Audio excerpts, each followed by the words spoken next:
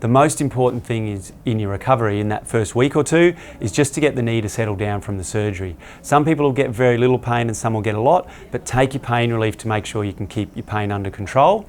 And that's probably the number one thing to do in that first few days. The other thing we suggest to people is you elevate your knee. So the height of your knee should be above about where your heart is. So not sitting in a recliner, trying to lie back on a bed with your leg up on 2 or 3 pillows, so your leg's above the level of your heart, and then you won't get fluid pooling in your leg.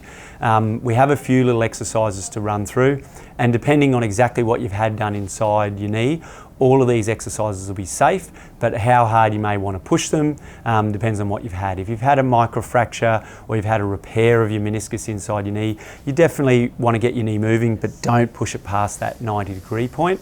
And follow your surgeon's guideline. He'll tell you what you've had in your actual operation.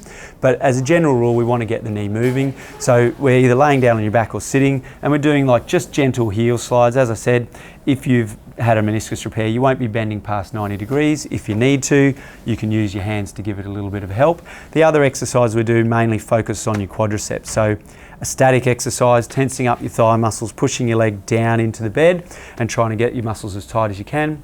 Hold it for about 5 seconds and then relax. And you want to do lots of these. These shouldn't be super painful. You want to get them going in that first day or two after your surgery, and you want to be able to do at least sort of 10 or 15 of each exercise.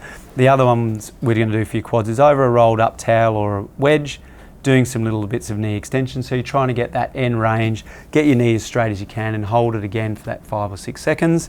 And then also a straight leg raise where your leg's out straight, you're lifting up, holding for that 5 seconds, feeling a good amount of contraction in your quadriceps as you do it and going back down.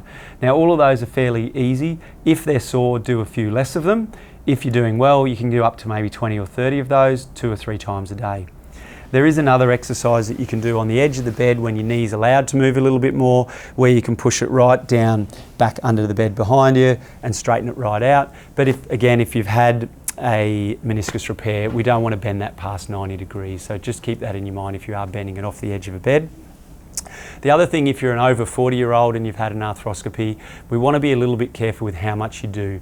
There's a bit more risk that your knee might stay a bit more swollen and a bit sore and take a little bit longer to settle down. So particularly in the first 6 weeks, you don't want to do anything that's going to give impact to your knee or do any extra long walks or cycling or anything too fast or agile. Just keep your knee under control, get your quadriceps going well with those simple exercises, and just nice, like a small amount of walking or what you'd normally do during the house or during your everyday life would be fine, but don't do any extra stuff.